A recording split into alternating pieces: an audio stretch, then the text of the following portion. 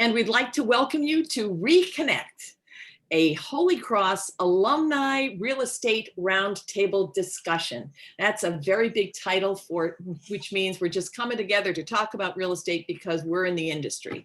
I'm Jean Marie Minton. You see my name there. Really happy that you're all here.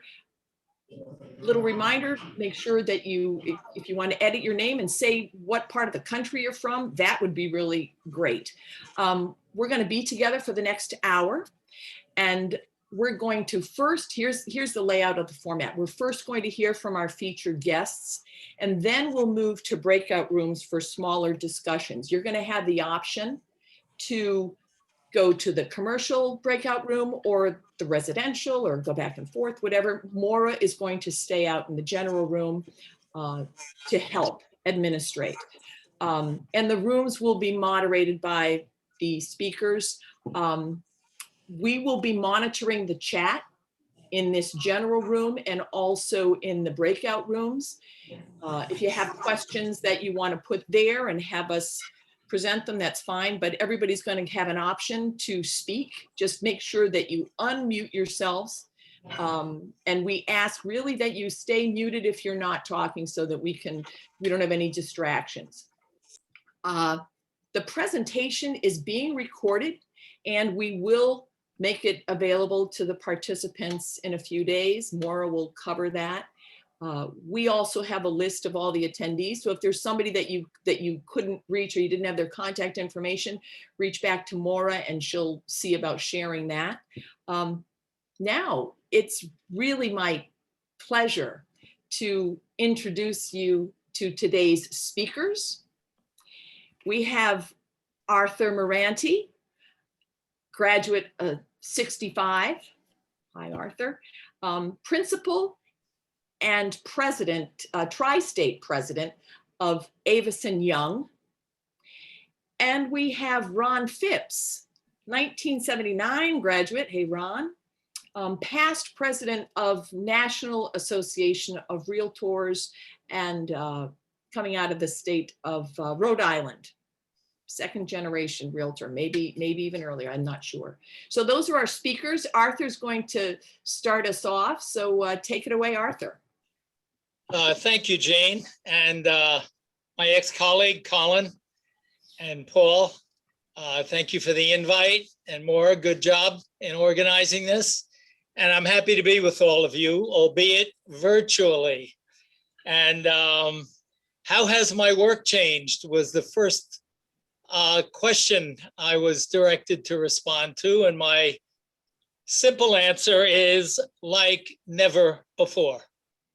I have been in the business world now for 45 years. I've survived economic crises, personal crisis, social crisis,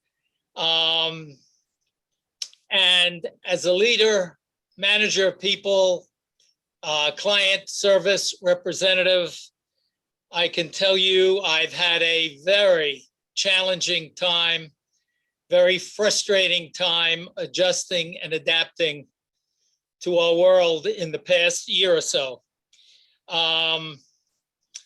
My style has always been rather hands-on, management by walking around, very interpersonal, and believing that you really have to touch the hearts and minds of people to lead them, to motivate them, to work with them, and certainly to earn clients' trust and do business with them. So since the state of New York has told us in New York City we can go back to work, I've been back to work 3 or 4 days a week. But frankly, things haven't changed, because in New York City, only 10–15% of the workforce has returned.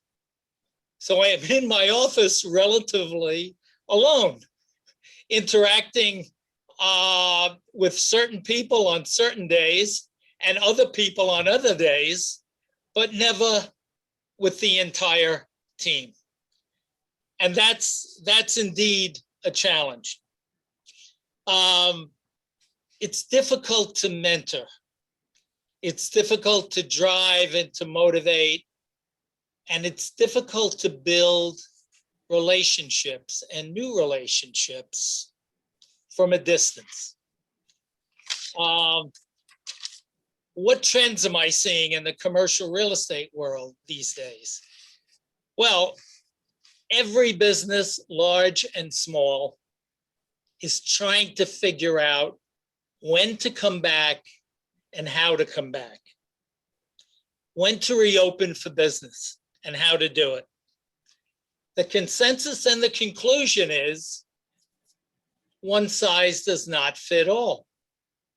There's not a simple answer that everyone is adopting by industry, by size. There's evidence, and some companies have told their workforce, you can work from home forever. Facebook, Salesforce, Microsoft. And there's the same amount of companies who have told their workforce, we want you back by June. We want you back by September, December.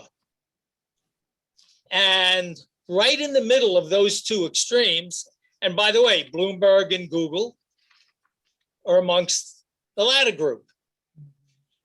So right in the middle of those two extremes is the hybrid solution.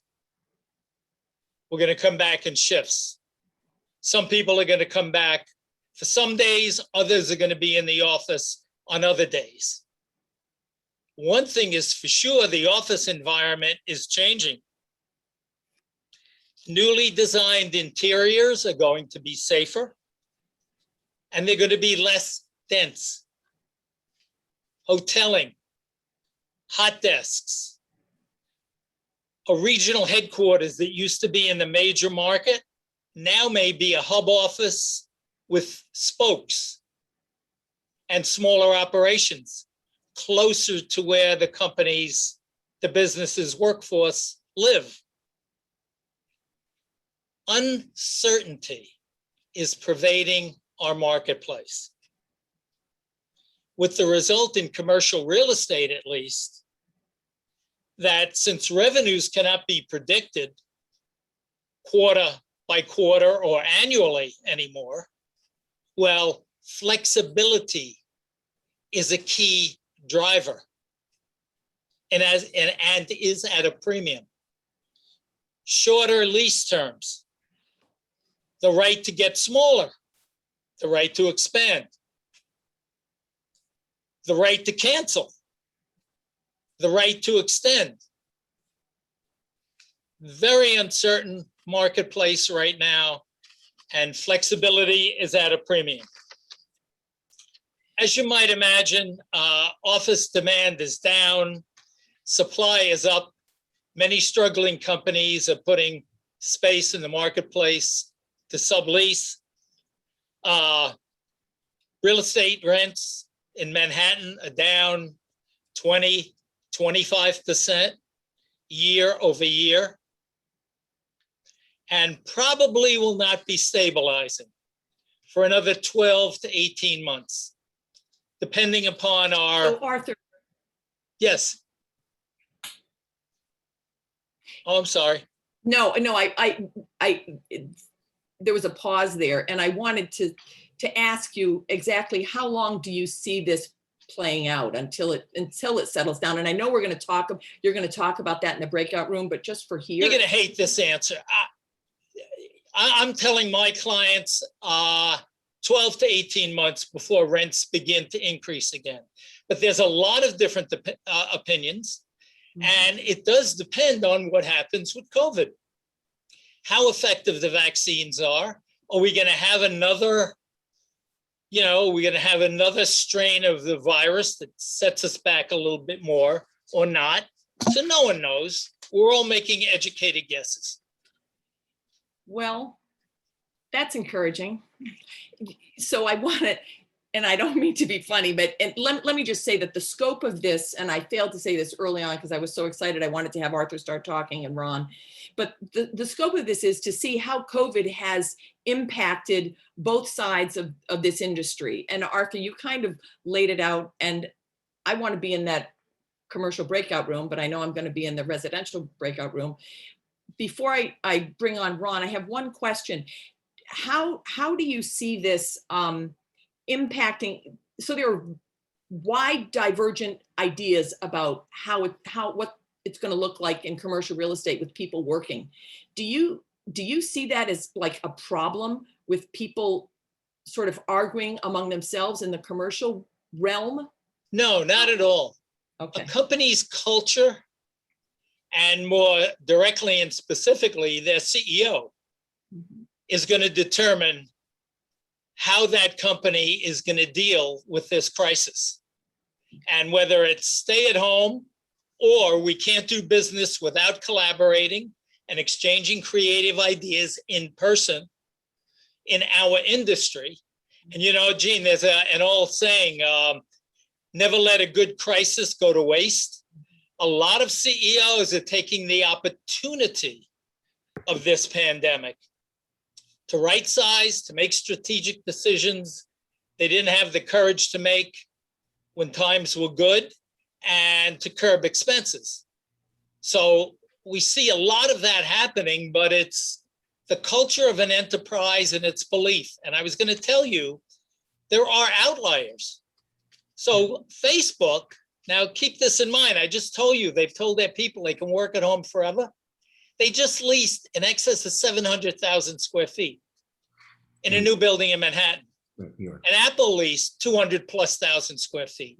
So some businesses who believe I'm going to be in this city or that city forever, and I want to attract and retain my talent, some companies are using this as an opportunity to capture rents at what they perceive to be the low part of the marketplace. Okay. Well, this leads then directly into what Ron's going to talk about, because I mean, where people work impacts where they live, how they work, how many days they go into the office also impacts how many days they work at home, and then what their home life is like, what their houses look like. So Ron, here you are. Please speak to us from the residential side of things and tell us how this COVID has impacted residential sales. So Jean Marie, thank you very much. It's great to be with all of you. Yeah. It is, I've been doing this for a very long time. I actually got my license before I graduated from Holy Cross, because I'm actually a third of 4 generations of a real estate family. And you get your driver's license and your real estate license, and then you get your college degree and whatever. And it's always in that order. But the changes have been really fascinating. When everything happened last March, we in the residential side came to a complete halt. March and April of last year across the country was like, okay, what's happened? And we worked really hard as an industry to make sure that real estate was articulated as an essential service so we could continue to work. The changes really unfolded very quickly because shelter is a primary need. And we as practitioners said, whether it is for rental or for purchase, stuff still has to happen, and it did. What was exciting about it is the changes within residential real estate. There's an efficiency that came across the board. People stopped looking at 15 to 20 houses to make a decision. They did that 15 to 20 review digitally, and they reduced that list to a much narrower type. Oh, and by the way, there are a lot of families that never actually saw the house personally before they purchased it. I remember closing on a house last April with a family from California who drove from California, basically stopping for bathroom breaks. We closed in the driveway of the house, and they literally moved in at that moment and quarantined for 2 weeks. If I had told you, if someone had said to me 10 years ago or 15 years ago, that would be a normal transaction, I would have said, no, that's crazy. What is really exciting about us as an industry is we're adaptive. We have responded to the needs of consumers. There are all sorts of macro things that are happening on the big scale. So consumers are looking for better quality, more multi-purpose, more flexible space. And the housing needs we're going to see will evidence themselves in terms of what's being demanded in a big way as we progress next 24 to 36 months. The duality of formal spaces and family spaces and formal spaces and casual spaces, all of that is really going by the wayside in all but the most expensive of markets. But what's exciting about the market is people are looking at their lifestyle and things like walkability and proximity that initially I was worried about a migration out of the cities. I actually think that we're going to see that urbanization continue, the suburbanization will continue, and there's some stability. But what consumers are very clear with is these are their priorities and they will drive the market.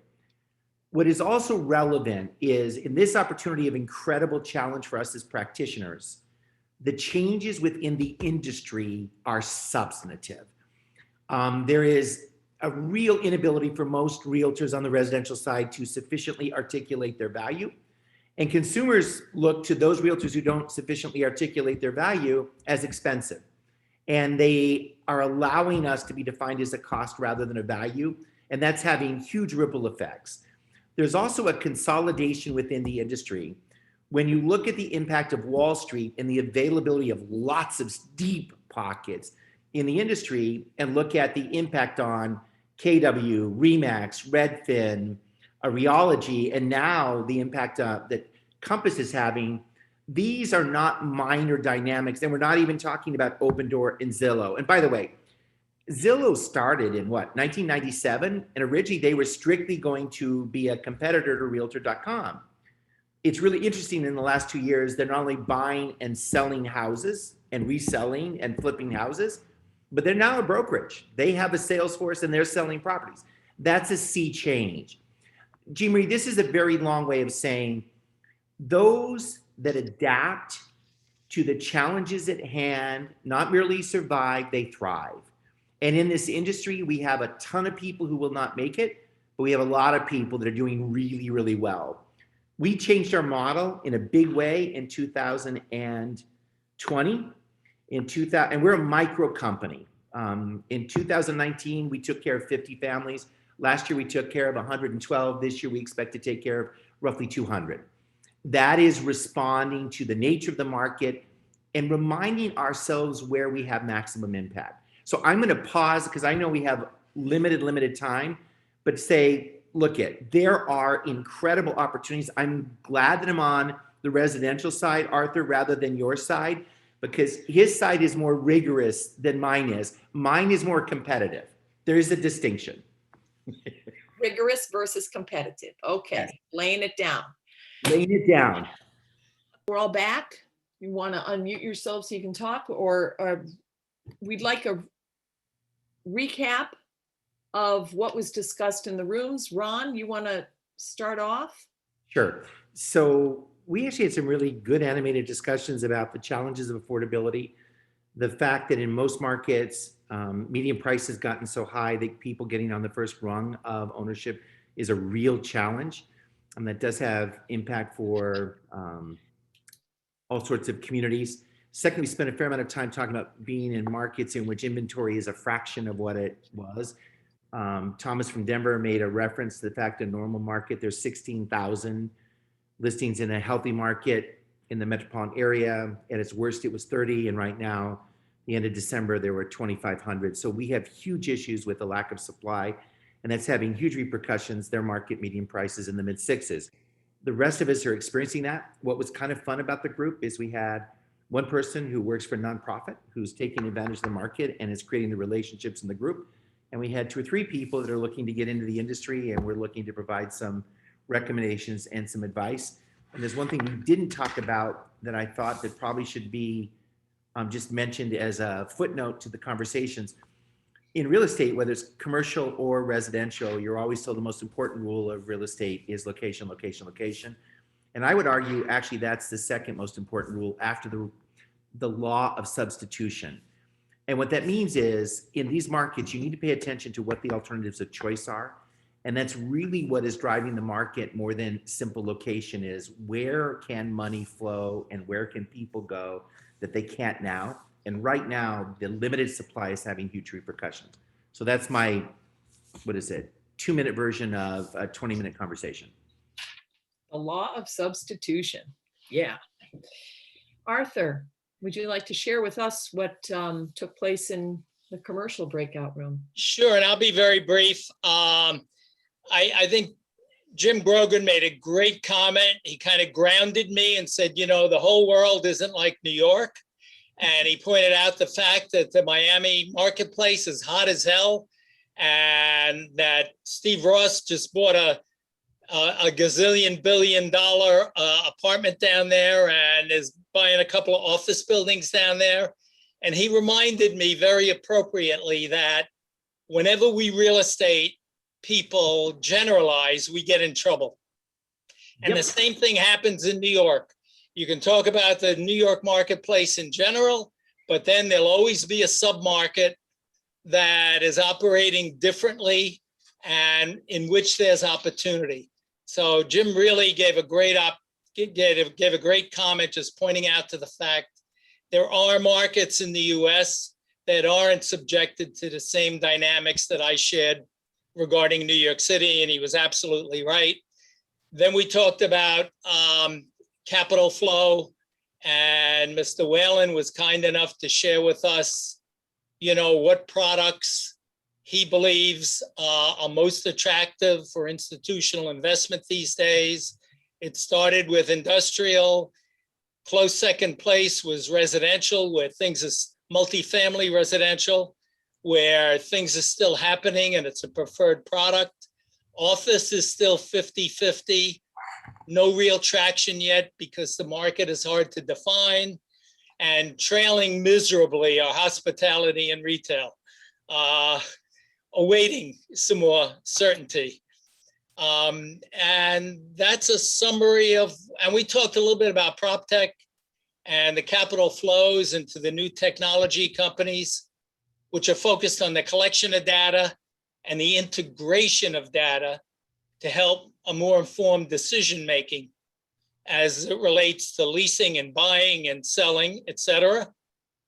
And we ended with the popularity of ESG and sustainability, and that it's probably here to stay this time.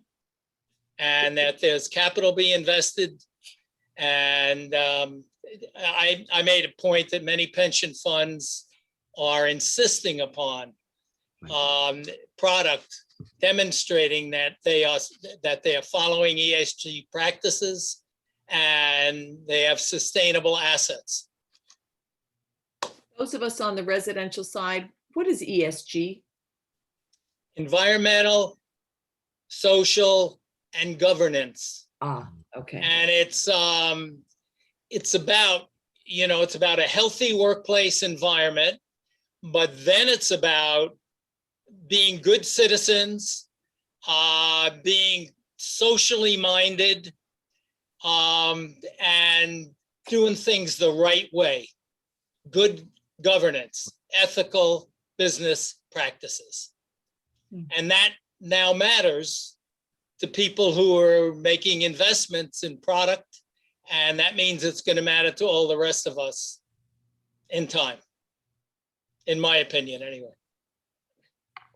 Yeah, which, and Colin's going to close us out here. We have another 12 minutes. If I can just sort of go off script here a little bit. To that point, when Maura and I started talking a few months ago about having something like this, I was interested in hearing how a Jesuit education impacts our work in the real estate world.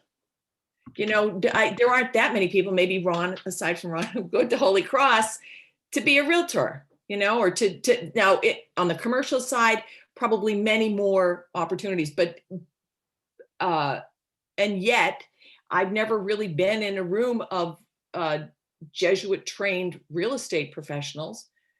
And to talk about how our formation at Holy Cross has impacted our choices in this industry. So not that we discuss it now, but if anybody wants to speak to that, Colin, if you want to take that or, lead that conversation, but as in these few minutes left, does anybody have any thoughts about that? Especially Arthur, when you talk about ESG, right? I mean, that kind of speaks to, men and women for others as we know it. Well, I'll make one comment, and that is that I learned about integrity at Holy Cross and from my parents. And I've tried to live by that every day in my business practice.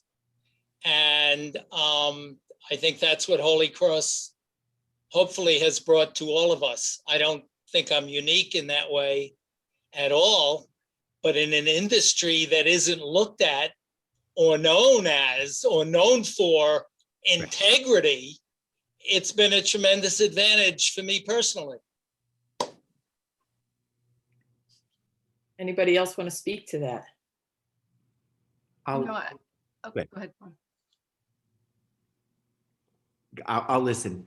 I'll answer, but I'll listen after. Go ahead. Someone else wanted to leap in, so please go ahead. Sure. Hi, Julianne Goodfellow, class of 2004. I'm based in DC, and I work for the trade association for multifamily, the National Multifamily Housing Council. I'm actually on the government affairs side and work on industry-facing work as well as with Hill and the White House administration.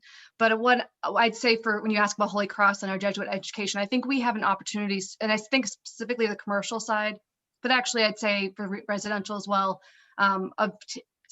there's a lot of, when we talk about the social side of ESG, the diversity, equity, inclusion, we really can have a role in that. The industry, by and large, is very white and very male dominated.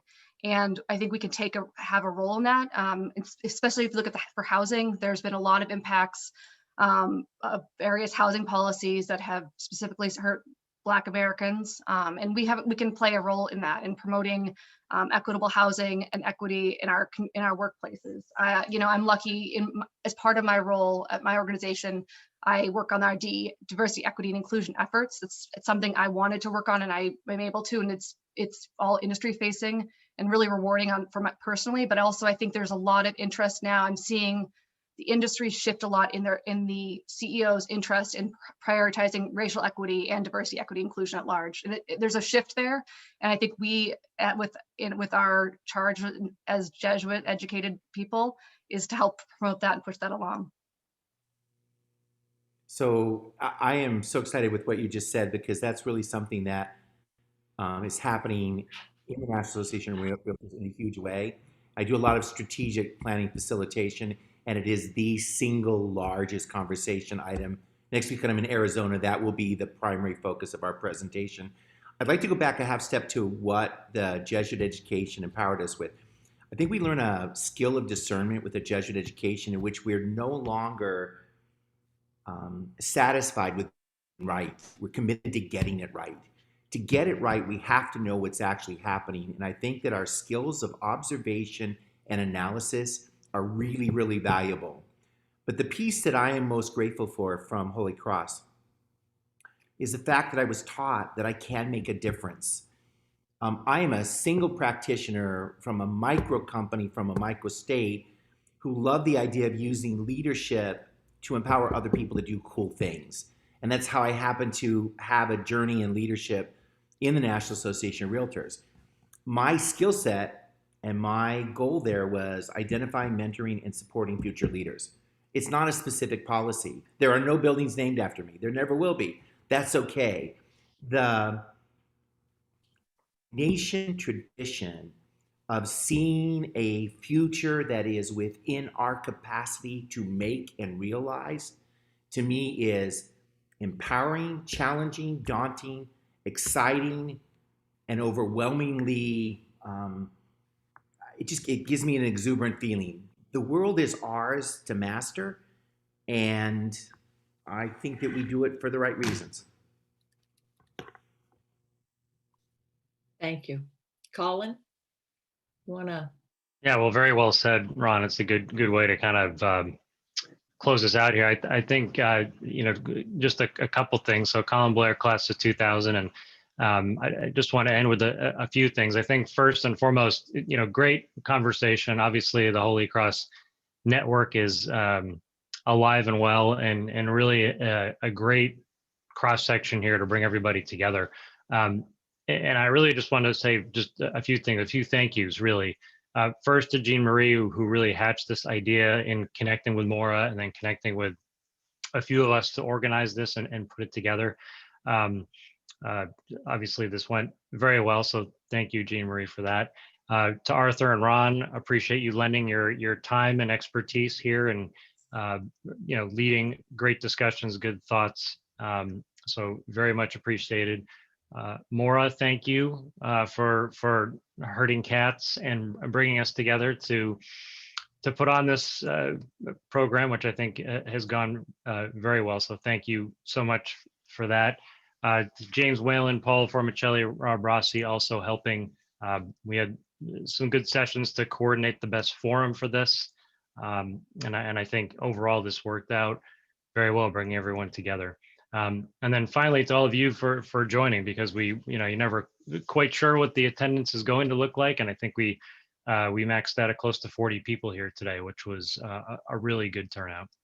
So I think, really we look at this, we were hoping this could sort of be the first step, and we want to continue the dialogue and thinking of different ways that we can network. Today's session was a bit bigger and broader and not conducive necessarily to the one-on-one networking, but we certainly want to find out if there are ways to bring this group together going forward. So anyway, again, I'll just, on behalf of everyone who organized, thank you so much for attending, and appreciate everyone's connectivity here and participation. And we look forward to continuing and planning future events as we go on throughout this year and beyond. So thank you everybody for joining. Stay safe, and we'll connect soon. Yeah.